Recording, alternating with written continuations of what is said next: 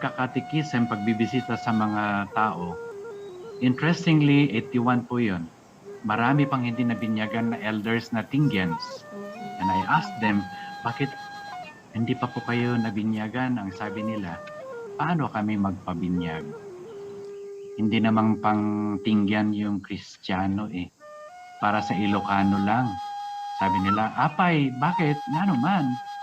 Eh, sabi, yung mga pari naman at saka madre, they never speak our language. They speak only Ilocano.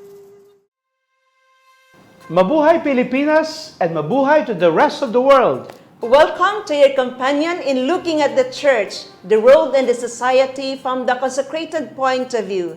This is your kahabit, Sister Maria Cleofet Transcop, from the Dominican Sisters of the Most Holy Rosary of the Philippines. Join us for your weekly dose of inspiration and information straight from the consecrated men and women in the Philippines. I am your kahabit, Father Toots Buenafe of the Order of Carmelites. And we are The Habits!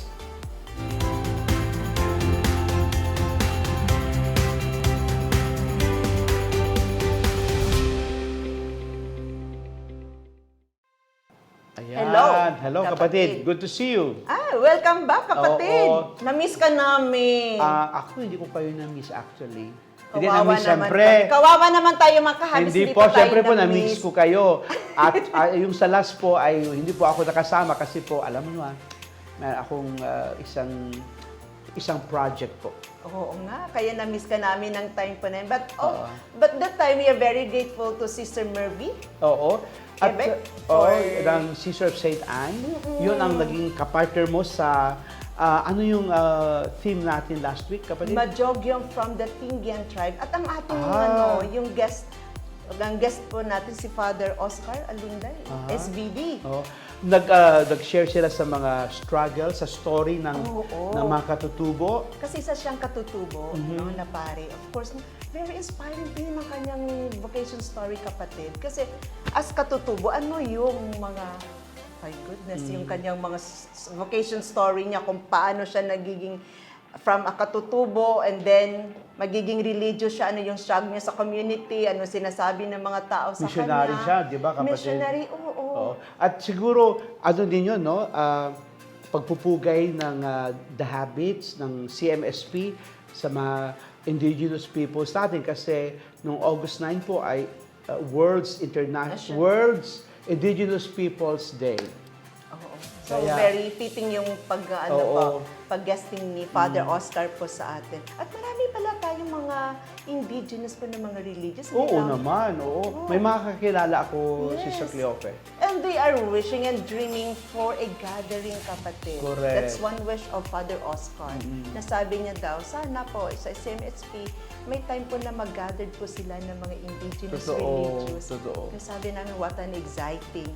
Pero siguro ngayon, kapatid, mag-excite po tayo kasi panibagong vocation story naman po ngayon ang mapapakinggan natin, ang malalaman natin. Kapatid, nung nag-resign ako, basta sabi ko, ayaw ko na, mag-resign ako, papasok na ako sa consecrated life. Wala man lang support na nakuha ko sa aking, sa aking mga kasama sa opisina. Nasabi na, ay, huwag ka nang pumasok, Toots. Ay, talagang, kung pwedeng harangan ako, ikaw.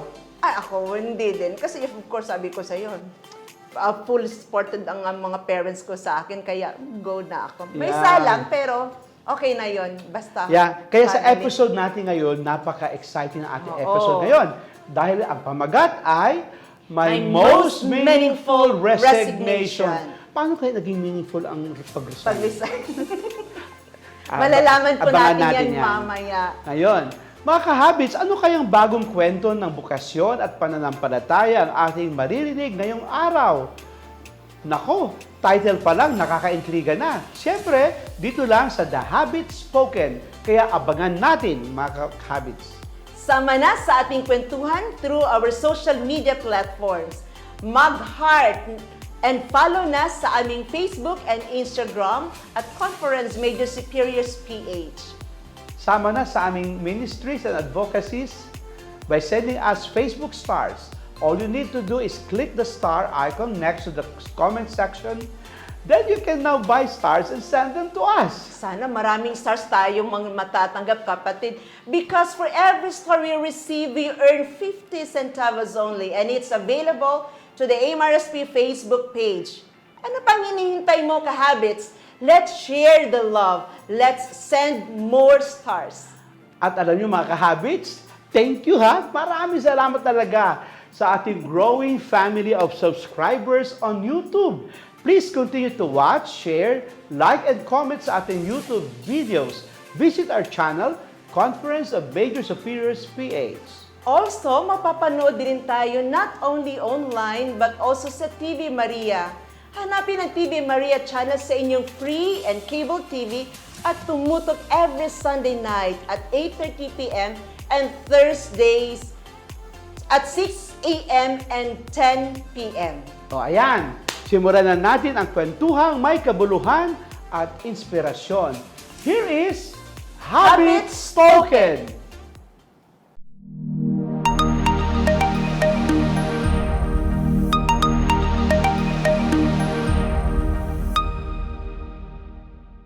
Every August 15, we celebrate the solemnity of Our Lady of the Assumption, a doctrine and a dogma where Mary is assumed into heaven, both body and soul, because of the love of God the Son to His mother. And today, in Habits Spoken, we will be led towards the goodness of Christ as we hear one conversion story from a life of an Assumptionist teacher to a life of an Assumptionist brother. Let us welcome here in the Habits, Brother Romel Bautista AA of the Augustinians of the Assumption in our Habits Spoken episode today titled My Most Meaningful Resignation. Ayan, yay! Hello. Welcome! Hello, sister. Welcome Thank and you very good much, day, sister. Brother Romel. Hello, Father. Welcome sa The Habits at My sa pleasure. Salamat Philippines. po. Salamat po. Welcome Salamat. po. Have your seat, Ayan, brother. please. Yes po. Oh, ibang kwentuhan ito, kapatid. So, brother, before entering po ng religious life, sino ba si Brother Romel? Of course, we are very curious about that. As a child, as a student, and as a part of a workforce. At an early age po ba, meron po ba kayong bokasyon? O tawag natin, you have heard a call for a priesthood, And consecrated life. consecrated life. Yeah, sister, I have to be honest that in the beginning, when I was a child, wala pa. I didn't even imagine, not even in my wildest dreams, that I'd be a religious nor a priest. I lived a normal childhood, so to speak, because I lived with my family, student, and then nung high school ako, I wanted sana to be a lawyer or a journalist, pero when I got engaged po in an NGO na pinapadala kami every weekend sa outreach programs to teach in the slums, sabi ko parang gusto ko maging teacher. So after nun, I took up BSE, Bachelor of Secondary Education, major in English, to be a teacher. And so I thought that would be already my vocation. I enjoyed teaching. I taught in an all-girls school. I thought, yun na, ang saya ko. I found myself there, working in a school, working in the parish, working also in non-government organizations to help the poor. So, in the beginning talagang wala. In the beginning wala, talaga. I must say. Pero Brother Romel, religious talaga ang family nyo? Para simba kayo? O do you go to Mass every Sunday? You pray the Rosary? Active ka ba sa parish youth? Nag-altar boy ka ba? Yes, Father. My family, so to speak, is a religious family because I've been very much exposed to Catholic traditions, mga prosesyon, mga babasa, yun yung mga lola ko, ganyan. Nung ako po'y grade 4 hanggang grade 6, altar boy ako. Okay. Tapos nung nag-teenager na, part na ako ng music at youth ministry sa parish. Pero halata, magandang Baka boses. magandang boses. Pang-DJ nga ako, kapatid eh. Pero nagsasalmo din siya. Pang-DJ. Nagsasalmo rin po ako, may sister na isa Ay, na no wonder. So I thought po, yun lang. I thought it ends there. And kasi happy naman ako sa youth ministry, sa music ministry. Yun. Pero may narinig ka ba sa mga parents mo or the people around you, sabi, ay, itong batang ito later, o magpapari ito. O magpari ka ha, Romel ha, parang ganun. Di ba usually sa mga acolytes, sa simbahan kapatid, no? Nung Yung mga bata ako, ganon. sister, nung bata ako kasi syempre naka-alba or nakasatana kapag altar boy ka. Pero I'm the tallest kasi ang laki ko, bata pa lang ako. So ang sinasabi ng mga lola dun sa parokya, parang, uy, mukha tong obispo, birit na lang ganun mukhang pare, parang ganun. Pero parang after kasi nung nag-high school na po ako, I left the altar servers ministry kasi parang I became busy. Parang nawala siya At siya siguro, sa isip ko.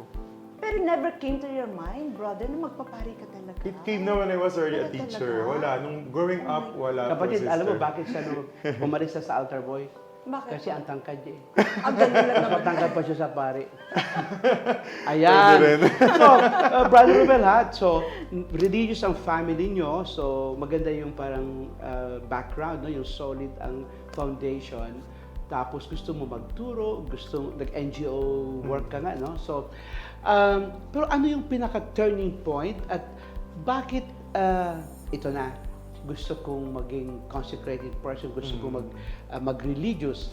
At kailan ito, ano talaga ang nangyari at na kung saan narinig mo ang imbitasyon, ang tawag ng Panginoon. When was this? At paano mo ito, anong may dramatic ba ang pagpasok? Mom, dad, ganyan?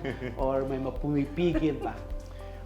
As I said kanina, Father, teacher na ako nung narinig ko yung tawag ng Diyos. Kasi I must say, growing up, it was a pious and religious family and upbringing. Pero wala akong masasabing personal and deep relationship sa Diyos. Nagsimula yung personal and spiritual relationship na yun, Father, nung teacher na po ako. Even if I was educated sa mga Catholic institutions hanggang college, hindi pa siya ganun kalalim. I was active in the parish, may mga traditions, ganyan. Pero, I mean, nung teacher na siya nagsimula. So when I was a teacher, kasi po, in the school where I taught, pwede ko bang sabihin, Father? Sa Assumption College sa Makati, doon ko siya nasimulan yung, kasi sa Assumption College, every morning, the first 20 minutes of the faculty members is Lectio Divina or Gospel sharing. So, with the students or sometimes one together with the teachers, we do the Gospel sharing. We'll read the Gospel of the day and then merong sharing. 20 minutes lang, mabilis lang, parang while waiting for the students. Doon ako nagkaroon ng personal habit na to reflect on the Gospel of the day. Tapos parang sa mga retreats ng faculty, meron silang mga retreats, meron mga pilgrimages. Parang lumalalim yung pag-appreciate ko sa spiritual life at sa personal relationship sa Diyos na hindi ko po na-experience before. And then, at the same time, natap din po ako sa parish that time to be part of the Formation Council as young as I was. Parang 21 years old pa lang ako. So, ang ginagawa ko po, yung natututunan ko sa Assumption College, yung mga activities namin, yung mga pinopropose na yung mga prayer activities, dinadala ko rin sa parokya kung saan ako nagsaserve pag weekends. Saan parish mo? San Nicolas at Tondino Parish, Diocese of Paranaque.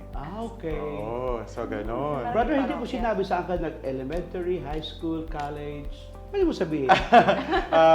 Yung elementary po, halo-halo. I mean, Okay. palipat-lipat ng school. Pero nung high school, I studied in Southridge, Paref Southridge School, run by Opus Dei. Yeah, okay. And then, college, I studied in UST with our Ah. Dominican Ako, fathers. Tomasino. Pala to. Isa pa akong Tomasino, go Uste. Pero hanggang college, hindi ko po naisip, kahit I've been exposed to Dominican fathers, sa Opus Dei Yeah, priest, oo. hindi ko po naisip, Father, to be one. Maganda yung kwento ni Brother Romel, kapatid. So, sa Assumption College, practice sila sa faculty, mag-Lectio Divina. Isang ancient practice yan ng simbahan na kung saan we read the Word and we reflect on the Word of God. At sabi niya, naging parte siya ng habit niya, yung pagbabasa sa salita ng Diyos. Nice, no? So, shout out sa mga religion, the Assumption. Alam nyo, si Sister Lerma ay member ng Joint Executive Board ngayon ng CMSP. Ayan. Hello, Sister Lerma. Assumption. Oh, Ang galing, ayun. ang Tapos, galing. kung tinatanong niyo po yung turning point or dramatic situation, nung teacher na ako, I had a dream, Father, na naginip ako. Pero hindi ko siya naiintindihan. Parang I just was in an ugly, unpainted, and dark church. Tapos hindi ko naiintindihan. So, Nako. Meron na pala siyang mga Parang St. Francis of Assisi, my dream. para pangit na pangit po yung simbahan, tapos wala pong masyadong tao. Tapos paggising ko, I was so sad, I was even crying. So I had to consult some sisters, I had to consult some friends about this, hindi ko naintindihan agad. So si Sister Migs, Mary Ignatius Vidua, now currently the outgoing principal of the school, sabi niya, tamang-tama because we are launching a group called Samuel Group Philippines. I don't know if you've heard of that. Samuel Group. Somewhere, bro. Samuel Group. Samuel. Samuel. Okay. Oo. like Samuel. the biblical story of Samuel, your servant is listening. Yeah, di ba Speak, tinawag, your servant is tinawag si Oh. Samuel ready. many times? Oo. Okay, buti na lang si Samuel hindi bingi. That's very good, ha? This Samuel Group, they gather and they invite young professionals, men and women, early 20s or even early 30s, to discern. Nas monthly, may gathering, may speaker, may lectio divina pa rin, and then may ina-assign sila na spiritual director per participant. Just hindi necessarily for religious life, pwedeng for mag-abroad ba ako, mag-aasawa ba ako, ganun. Very general discernment. So yun, nakatulong Very sa subtle akin. ang So, vocation niya. ilang taon ka naging teacher? I was teacher in Assumption for 4 years. Anong tinuturo mo, brother? I was teaching English Ay, naku. to high school students in Assumption. Hindi pala basta-basta ang natin ngayon. hindi. Yung guest natin ngayon, kapatid. Teacher. Halata. Tapos pang DJ, pang Very boses. articulate talaga. Very. Oh, Siguro, kapatid, orator ito, declaimer, writer. Possible. Oo. Possible. Diba, he wanted to be a journalist? It was Pero my ngayon, childhood dream. kasi ang Assumptionist, ang AA, isa sa mga ministries nyo ay Media. media. Media. Correct. So, bagay na bagay sa Swak. kanya. Yes. Ayan.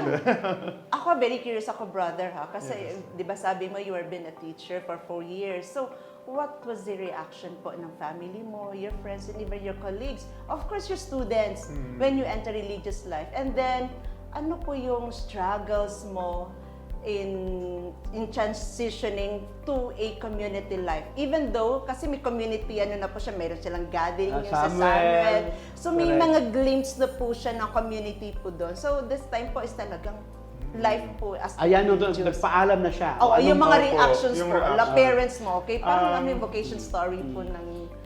Dinahandahan ko, sister. Dinahandahan ko yung parents ko kasi hindi rin nila naisip hindi rin nila na-imagine that I'd quit my job as a teacher because I would make Kasi kwento to them. stable na siya eh. Oh, happy ako. Tapos parang it was also a good school Yeah. na pinagtuturuan ko. Tapos parang kinikwento ko naman, they'd see also how happy I was and fulfilled I was in my teaching vocation.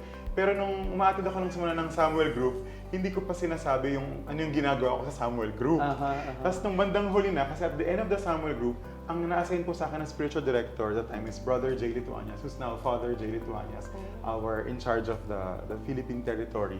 He was my spiritual director. So he invited me, do you want to visit the community? Do you want to join us in our apostolates? Dahan-dahan. Pero Come and without see. any pressure of becoming apostolant or anything. True. Wala lang, just to Just come and see. Galing. Nung sinabi, sinabi ko na sa parents ko na I'm visiting a community, hindi nila masyado naiintindihan nung una. Sabi niya, ano yan, magpapari ka?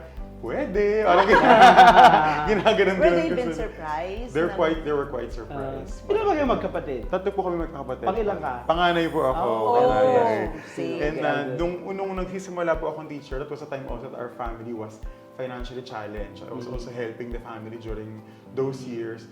Pero parang sinabi ng mga parents ko, we will not impede you. Hindi ka namin haharangan sa gusto mo. Pero when talking about reactions, it was the extended family na maraming reaction. Sila ang mga titas, mga titos. Ano mga Very sinasabi po supportive nila sila. sa inyo? Hindi po yung iba. Like I have aunts or relatives would say, nag-aral ka pa. May mga ganong reaction. Tapos sayang yung talino mo, sayang yung kinikita mo. May mga ganon sila mga reaction. Pero ang sabi ko lang sa sarili ko, what mattered to me was the blessing of my parents. The most difficult was the reaction of my grandmother, my maternal grandmother, who was very close to me. I'm a lola's boy. She couldn't understand. She couldn't accept. I was surprised because I thought the lolas would support their grandchild to be a pare, to be a priest. Pero itong lola ko, masyado kaming close. Talagang lumaki ako sa kanya, lumaki ako. Panganay akong apo. Separation yung kinatatakutan niya Opo, dun eh. sister, parang Oo. kwento ko lang kasi sabi niya talaga nung medyo, sabi ko nung last year ko sa Assumption College, sabi ko, mag-resign na ako next year. Sabi niya, sigurado ka na ba dyan? Kasi hindi ko kaya. Sabi, hindi ko kaya mapalayo ka. Oh, see. Kahit yung Totoo mag-abroad yan. ako, ayaw niya, di ba? Correct. So sabi niya po, kung pwede kong ikwento, sabi niya, ipinagdasal ko sa Diyos na mamatay na lang muna ako bago ako pumasok. Sinabi ko na ng lola ko yun. Sabi Diyos ko, ko. ano ka ba naman, mga So, what biro was your mo? reaction din kung ganun yung Parang sinabi ng ano na ko lola lang, mo? sabi ko, ano ka ba naman, tawag ko mama? Ano ka ba Pero naman, buhay pa mama? siya. Ito nga po, Father. Ito po yung plot twist. Very interesting. Sige pa, go. Parang, of course, may mga sakit na naman siya that time, pero hindi pa naman to the point of dying. Pero wala naman siyang terminal illness. Parang nagkaroon na siya ng kidney failure. That year na magre-resign ako. Tapos August 4, 2015 po siya namatay. Tapos sabi St. sa Mary akin, Father Vianney. Jay, sabi niya, grabe yung death ng lola mo. August 4, patron of freeze. Maybe God must really be calling you kasi Parang naging yung naging sakripisyo date siya. pa nung death niya ay August 4. So, hindi ko naman spiritualize, pero Father Jay was telling me, God must be telling something here with your... Kasi sinabi niya, alam mo naman ang Panginoon, pag sinabi mo niya talaga katotohanan. Kaya Diba sabi nga ng eh. lola mo, ano? Sabi Pinag-pray niya mamatay daw. muna ako bago kita Kaya nga makuha. so na-heard siguro. Nako. Oh my. Yun lang naman, but my parents were supportive. I mean, Yung mga ano yung brother, yung mga friends, colleagues, mga co-teachers, paano nila tinanggap ang news? Magpapari na si Papasok ka Romel? na ng Si religious Sir, life. sa mga students mo, gano'n. They were surprised but they received it with so much joy. Parang wow talaga, parang ganun. Oo, We will pray for you, parang Oo, gano'n. tapos yung mga students ko, sinabi ko towards the end na, tapos they were very happy, they were very supportive. Yung mga high school friends ko, sinasabi ko sa kanila, kasi loko-loko lang naman ako ng high school. Tapos sabi ko na parang nagulat kayo, no? Sabi kong ganun sa high school friends ko. Sabi nila, actually not really, Romel. Kasi nung high school kami, Parang gano'n na rin. na ako may mga hindi pala ako nakikita na sila nakikita nila. Pero Oo. hindi na sinasabi sa inyo Kasi na parang- you're inclining to that kind of vocation. Oo, sa kaya di raw sila ganun ka nagulat. Oo. So hindi na talaga na sa kanya. Pero sa lola niya, yun. Kasi nga po. Yung closeness separate. na- Kapatid, ikaw nung pag-resign mo, masaya sila. Parents ko very supportive. Pero yung mga colleagues, kasama mo sa work, Wala silang sinabi. Okay. Ang pinakano ko doon yung madre na Dominican na, of course kasi Dominican lady ako bago pumasok. So may directors kami, religious assistant as Dominican lady. Siya ang ayaw na pumasok ako. Sabi niya, active ka na sa labas, bakit ka papasok ng madre? Kung anong pwedeng magawin, mas sobra pang pwedeng gawin ng mga lay. pero iba-iba talaga, no? Oo. Kapatid, may nakakaintindi sa atin, may mga hindi nakakaintindi. Pero along the way siguro, no? They learn to Yeah. accept and appreciate our decisions sa buhay. And what I won't forget, Father, is the reaction of my principal that time. Una pala yung English head ko pa, sabi niya, sure ka na ba dyan? Kasi ang hirap pumanap ng teachers, baka Correct. gusto mo pang magstay, True. ganyan. Tapos sabi ko, sure na po talaga ako, sir, ganyan. Tapos parang, nung nagsabit na ako ng resignation letter, naiyak pa ako kasi at that time, patay na po yung lola ko. Kasi parang every time meron akong gagawing major decision sa buhay ko, sinasabi ko sa lola ko. Close ka. Di ba major decision yung pag-resign? True. So sabi ko, nung araw na yun, naiiyak ako, sabi ko, mama, mag-resign na ako. Kinakausap ko siya. Tapos when I showed this to my principal, the principal told me, you know what? This is the most meaningful resignation letter I've ever received. Kasi you're leaving Assumption College, but you're not leaving the Assumption family. Sabi correct, gano'n nung true. principal ko. So parang hindi ko po makalimutan yun. Oo. I like that. Nauna The yung most lola meaningful niya to resign- intercede for him actually. Kapatid, the most meaningful resignation letter. Yun ang sabi ng principal ko. Galing na. Kasi usually ba pag magre-resign ka, mga negative na ito, Oo. ibang Minsan, oo, resignation to. parang because they will transfer to a different school or abroad, mga ganyan. Mas matindi yung papasok ka, ha? Papasok ka sa kumbento, sa religious life. Sayang. Bakit gagawin mo yun bakit masaya nag-aaral na ka dito. pa? Bakit Yung mga ganyan, no? Sa Assumption, they're very supportive. I have to say that I'm not the first. We already had an Assumptionist brother who's now based in Boston, Brother Blair Nuida. He was also a teacher in the same school. But hindi po kami nagkasabay. Hindi po kami Naku, nagkasabay. mukhang napaka So inspiring ang mga delikado assumption. mga teacher po doon.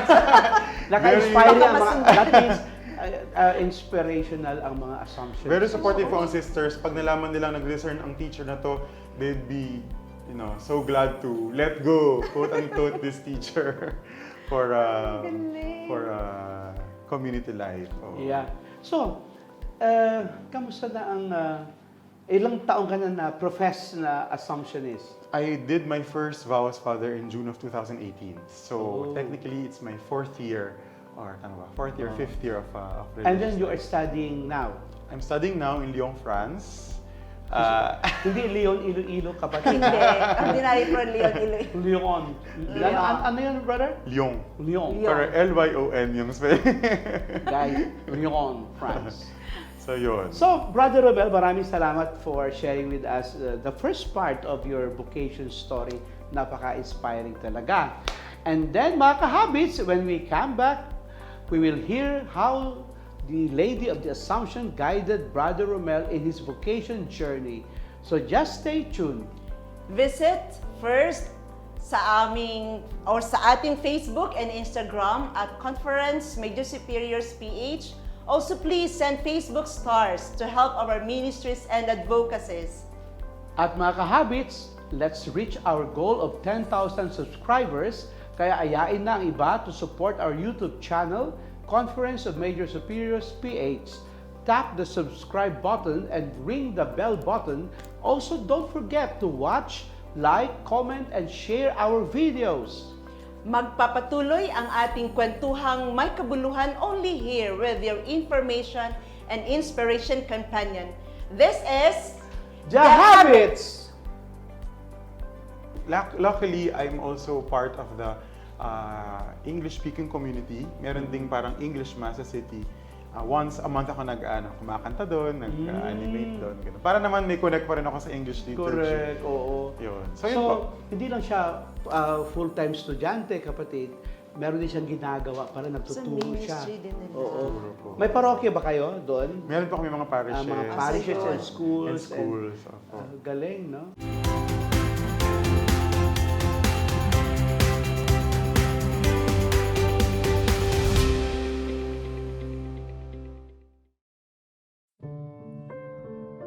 Como consecuencia de la pandemia y de las guerras, el mundo se enfrenta a una grave crisis socioeconómica.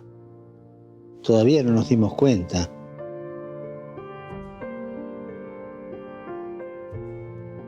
Y entre los grandes perjudicados están los pequeños y medianos empresarios, los de los comercios, los talleres, la limpieza, el transporte y tantos otros.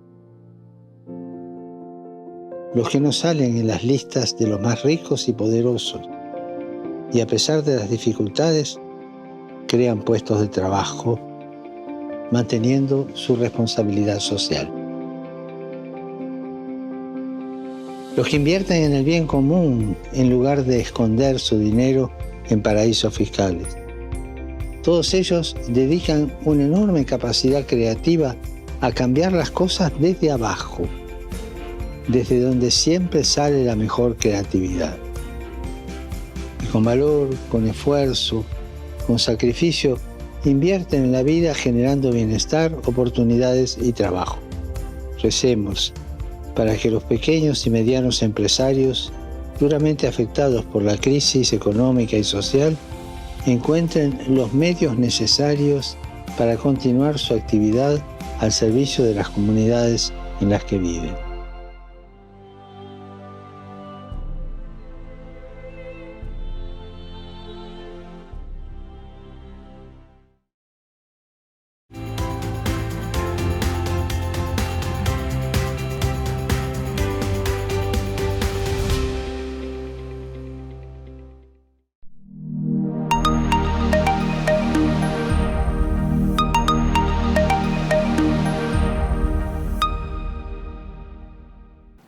And you're still watching The Habits.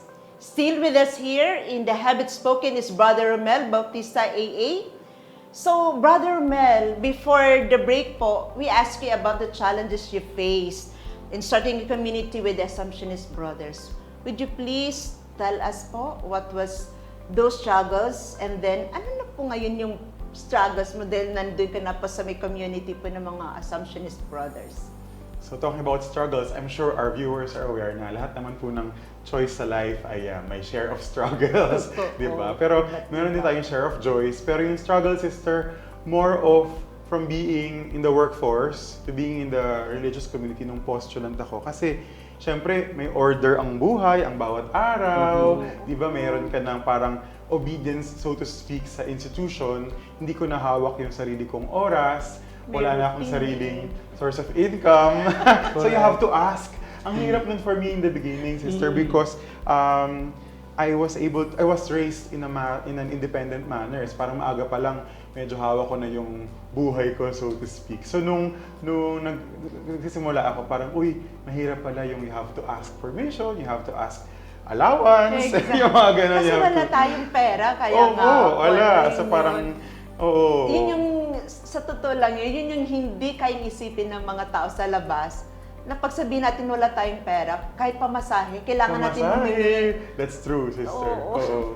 So nung una, naninibago ko kasi di ba, I used to earn, and then I used to be also the breadwinner in the family. So And to buy what you like. To buy what I like. Dati kapag nung teacher ako, pag nalulungkot ka o naboboard ka, either bibili ka ng something for yourself or you'll watch a movie sa sinihan, di ba? Parang yun, mahahappy ka na.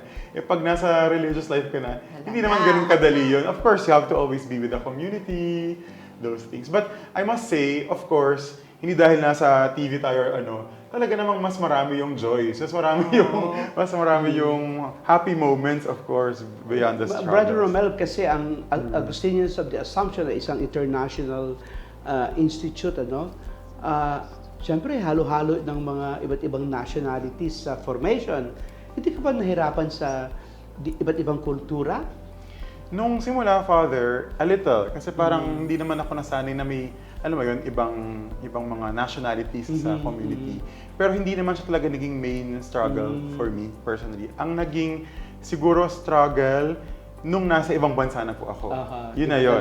Kasi kung talking about the current struggles sa religious, kasi I was sent to France immediately after my novitiate.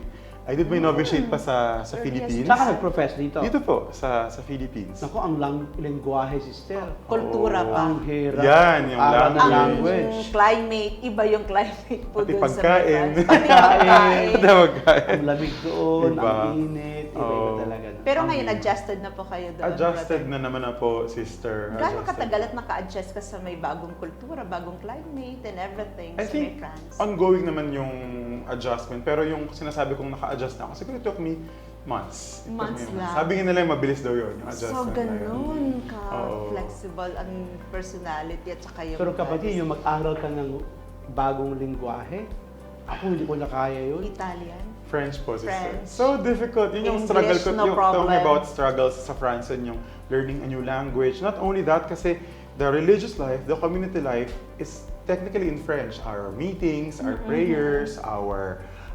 studies, our apostolate, everything is in French. So the feeling that many times in the beginning, I would feel lost. I'd feel, parang ano bang nangyayari? Ano bang in-announce ng superior? Ano ba yung mga gagawin bukas? So Brother Romel, nasa France ka ngayon at nag-aaral ng theology. Yes, Father. Mas challenging din yun, makikinig ka. All in French. All in French. Wow. Our exams, everything. You write in French. We write in French. You report, you make a report normally sa klase. Galing ah. It's in French. Hindi ko nga alam paano. Siguro, grasya lang. Ilan kayo Grasya sa ng community Panginoon. ngayon, sa community mo sa Leon? Currently, we are 13 religious in the Marami. community. Parang priority talaga siya. Ikaw lang ang Ako lang po ang Filipino. non-French. Oh. Ako lang po ang Filipino. But may mga non-French. May mga, Okay. May mga Vietnamese, may mga Africans. Okay. So, mixed pala sila doon. Parang Pero mixed. nag-iisang Pilipino lang po Parang siya. United Nations din pala sila doon.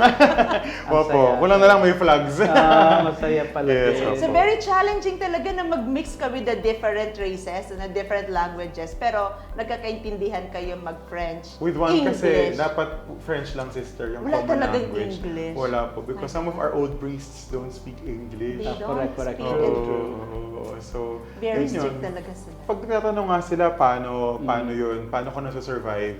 Minsan wala akong masagot. Pero siguro pareho din, pareho din ang struggles ninyo yung mga Vietnamese mong kasama. Pareho lang Oo, po, pareho lang. So brother, syempre yung community mo doon, may mga estudyante kagaya mo, no? Ano ang mga ministries ng Augustinians of the Assumption sa France? We're still deeply involved in education. Education. And Oh. media. So, as a brother, I also do my weekly catechism in a Catholic school. Okay.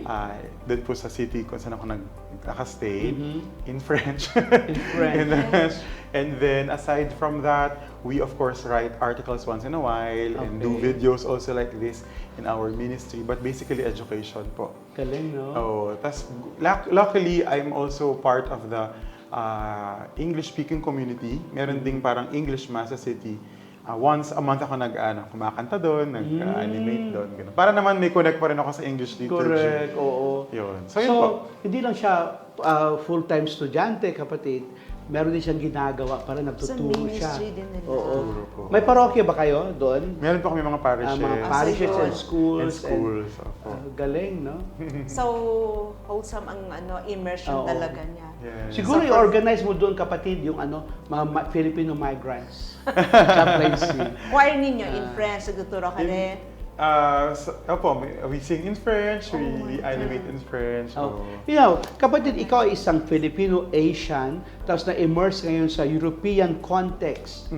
Tapos, syempre, iba ang Asian church sa Europe, no? Totally. Ano yung mga, ngayon bilang missionary, isang consecrated Augustinian of the Assumption, ano kaya ang mga challenges na haharapin natin sa European churches, no?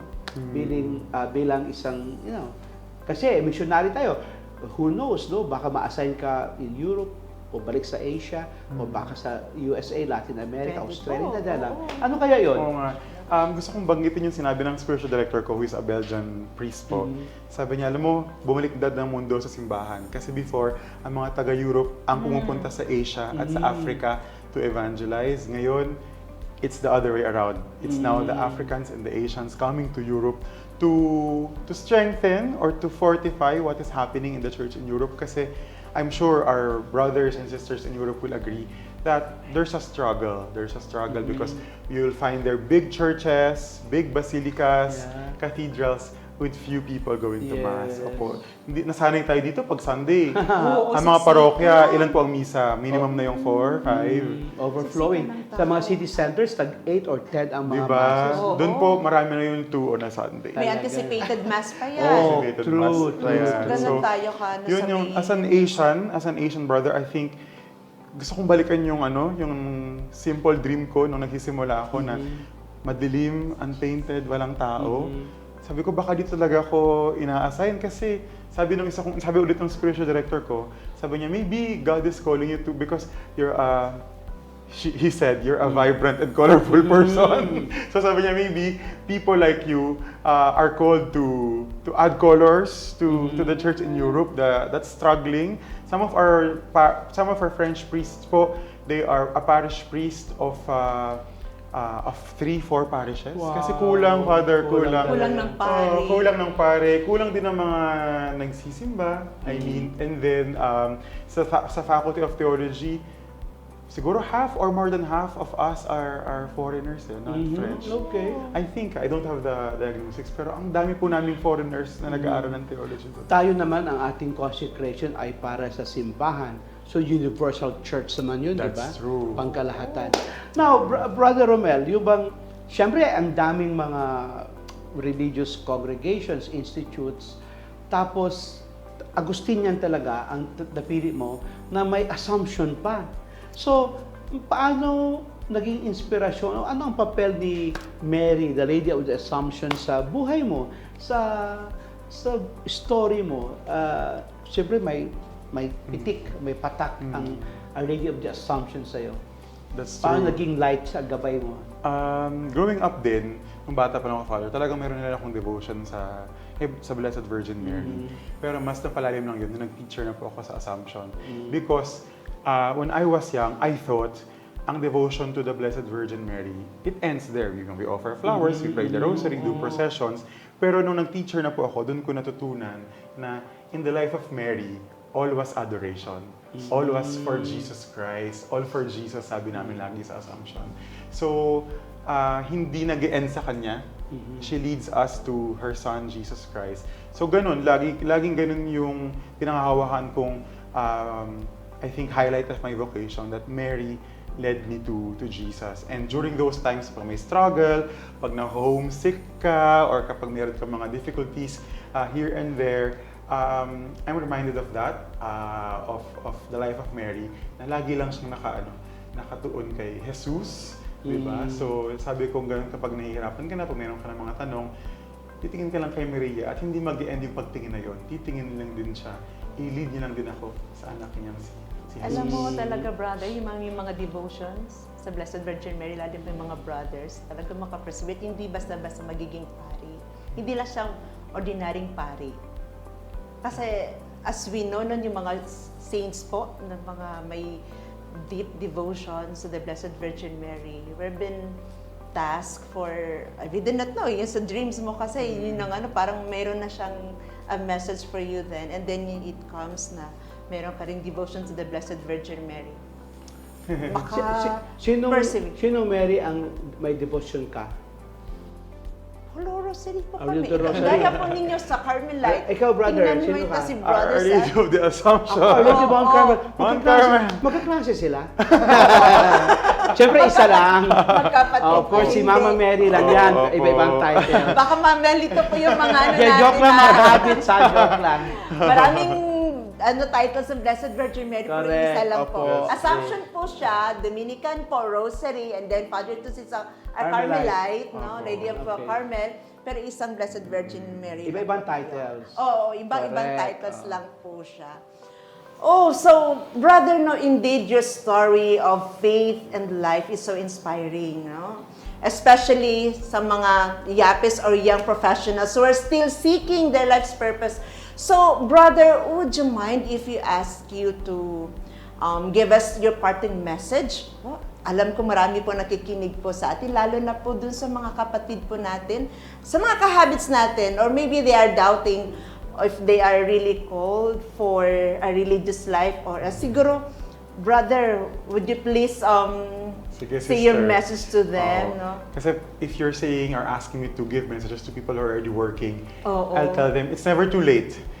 There's no such thing. I'm part of the strand of late vocation, but at the end of the day, there's no such thing, I think, as a late vocation, di ba? It's never too late. Huwag kayong matakot at sayang kapag hindi mo susubukan.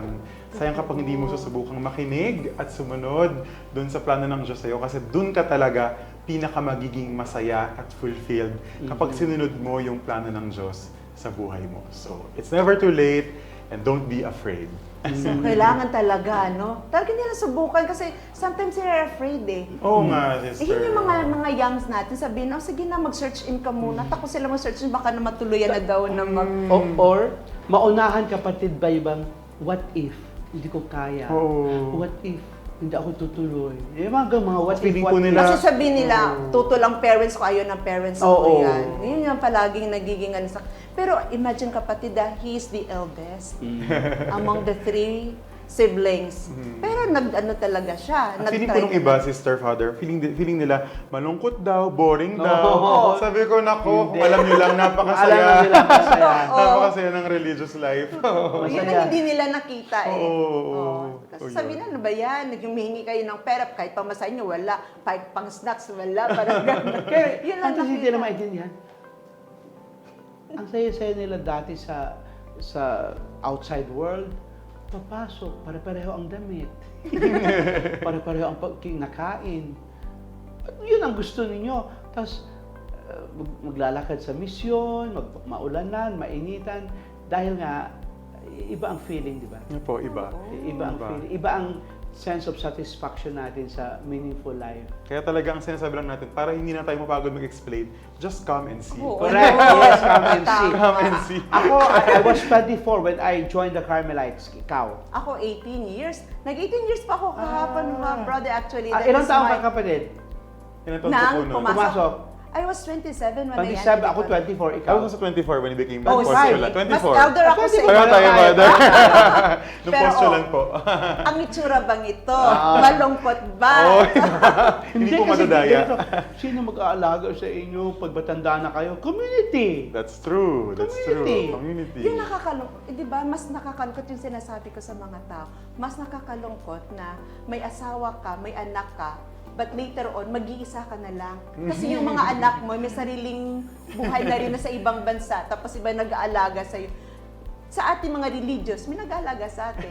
Yun ang hindi nila alam. Opo.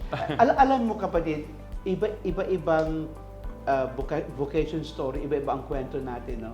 Tapos, ang maganda kay Brother Romel, meron siyang spiritual director, meron siyang support group, yung Samuel, very encouraging yung kanyang workplace, yung mga co-teachers niya, mga religion of the Assumption, nakakaintindi sa kanya. So, maganda yung kanyang discernment, talagang Pero suabe. malaking bagay sa kanya yung support ng parents. I think so, sister. Kasi kapag parents na kasi minsan ang hahatak sa'yo na, yun ang sa atin, nagwi-weekend sa atin sa vocation natin. Kapag sabihin ng tatay mo, lumabas ka na dyan. Walang magana sa mga kapatid mo, ang nanay mo. Pero kapag supportive both of them, your mother and your father, ang lola niya, tingnan mo, ano? I think she gave her blessing. Prayers, yes. Oo naman. But by the fact you have been supported by your family and with your parents, more than enough. No, kahit ano pa yung sabi ko nga, sasabihin ng mga hindi ko na tao. po pinakinggan yung mga sinasabi ng mga Totoo. ibang True, real true. relatives. What matters to me, yung sinasabi ng mga taong who matters most na rin in my life, di ba? Yung parents ko, tsaka yung kapatid ko. Yung parents. So, come and see. Ang sabi ni Brother Romel, come and see. Totoo yun, mga kahabit. So, we just heard the unique story of Brother Romel of the Augustinians of the Assumption. Pero hindi pa po ito dito nagtatapos ang inyong habit spoken experience. And so, to end our segment, now we will ask you to say our closing praise, brother. So, Brother Romel, do the honor. Ayan, so, I am Brother Romel Bautista, AA, of the Augustinians of the Assumption, and I have it spoken. Wow! Welcome sa The Habits Welcome and family. Thank you very much. Brother Thank you, Romel. Father. Thank you very Thank much, you, brother. sister. So, ako, we are so pleased to have you sa may habit spoken po natin. Different ang experience ng mga Yes. ng mga religious brothers. Usually kasi religious sisters. We will not say goodbye. Yeah. We will see each other here or in front. Yes, Why welcome, not? welcome. Pari na po siya, kapatid. Ayan. Moment po. Thank you po. Oh, kahabit Father Toots, kumusta naman ang kwentuhan natin ngayon with Brother Romel? Alam mo, kapatid, naalaala ko din yung vocation story ko. I was 24 years old. Naghahanap ako ng meaning, kahulugan. May enjoy naman ako sa trabaho ko sa NGO din. Pero parang may hinahanap ako. May kulang, ano? Oo. Pero wala akong spiritual director at that time. Pero nag-retreat, there was this opportunity. Kaya yung journey ko din, dumaan siya ng proseso. But you really have to decide. Ang mother ko, very supportive. Yung father ko, okay lang. Ang mga kasamahan ko sa office, hindi. Ayaw. Sayang, you will start all over again. What if it won't work? What if ganon? Pero maganda yung inspiration yung sharing ni Brother Romel kasi nag-dare din talaga siya. Oo. Kasi Tapang nga po paano natin malalaman? Paano niya malaman na ito nga ang bukasyon niya kung hindi siya nag-yes? Parang nakita ko ang sarili ko sa kanya. Kaya ang ano ko diyan is we really have to say yes if it is for God, for the love of God. At ano na ako, 30 years na ako na professed Carmelite. No regrets so far. Yun sana yung itanong ko, may regrets ba after 33 years? Napagod na ako pero hindi ko pinagsisihan. Ikaw kapatid, ano yung take home mo ngayon? Ako kasi inspired ako dun sa point na yung sinasabi na dare talaga. Kasi actually kapatid, kayo 24, nang pumasok. I was 27 when I entered the convent. So meaning to say, nang time po na yan, although wala akong trabaho, pero nag-decide talaga Di mo mayaman ako. kayo sa Iloilo? Sobra ko naman. Hindi masyado mayaman. Hindi, Okay. makakailan ko pa 3 beses. Okay. For naman magpaaral yung parents ko, although na lang po. Pero masaya po kaming pamilya. And one thing po na is very supportive ang parents ko. And even my siblings. Kahit may kumukontra, di ba? Sabi ko nga, yung kumukontra talaga yung madre lang. Bakit sabi ko ganito? Mga tiyuhin ko, I don't care. Kasi ang importante para sa akin, parents ko lang, family ko lang. So kung nang makuha ko yung simpatiya ng mga parents ko at saka yung mga siblings ko, enough na sa akin. would you believe, kapatid, na even nasa convent ako, nasa initial formation, silang bumibili ng mga toiletries ko. Ganun po ko supportive until po na mag-perpetual profess At po ako. kapatid, bakit mahalaga ang August 15 sa'yo? Ay, oo. That was the time when we professed po. Oh. First profession ko was August 15, 2004. So, 18 years na po. Naku, anak ka din pala ng kami. Our Lady of the Assumption. Kaya nga, kaya sabi ko, Happy nakikinig anniversary. lang ako kay brother. Sabi ko, ang galing talaga ng Blessed Virgin Mary. Ang devotion sa Blessed Virgin Mary, if you are a priest and if you are a religious, a consecrated person, and you or have that even devotion. lay. Ang dami niyang struggles. Pero di ba, gaya mo rin, gaya ko din. Sino palaging katuwang natin? Sino Nanay. tinatawag natin? Nanay. Nanay. Oo. So, very Yan. inspiring. Yun, babaunin ko. Ay, nako. Very inspiring talaga. Ako din, no? Parang ano din ang vocation story ko. We have to Habang celebrate, nakikinig ako. kapatid, we have to celebrate our vocation stories kasi yun ang ating love story. At ayun, nagpapayaman din sa may religious life At natin. ang joy ng consecration natin. So, ayan, mga kahabits, do you have a call to enter consecrated life, or are you discerning to be married or to stay in single blessedness in life? Baka matulungan ka namin. Visit us on our Facebook and Instagram platforms at Conference Major Superiors PH. Also visit our YouTube channel, Conference of Major Superiors PH, and subscribe na para notified ka sa ating contents from the consecrated in the Philippines. Again, let us thank Brother Romel Bautista AA for being our habit spoken sharer today. Oh, mga kahabits, sama-sama muli tayo as we explore consecrated life, the church, the world, and the society. See you next week. This has been your kahabit, Sister Maria Cleofe from the Dominican Sisters of the Most Holy Rosary of the Philippines. Thank you very much sa inyo mga kahabits for having us on your weekly religious routine. I am your kahabit, Father Toots Benefe of the Order of Carmelites, signing off from your weekly inspiration and information companion. And we have been the Habits! Bye! Thank you! Thank you! See you po next week. Stay healthy po. God blessings po. Nawalan ako ng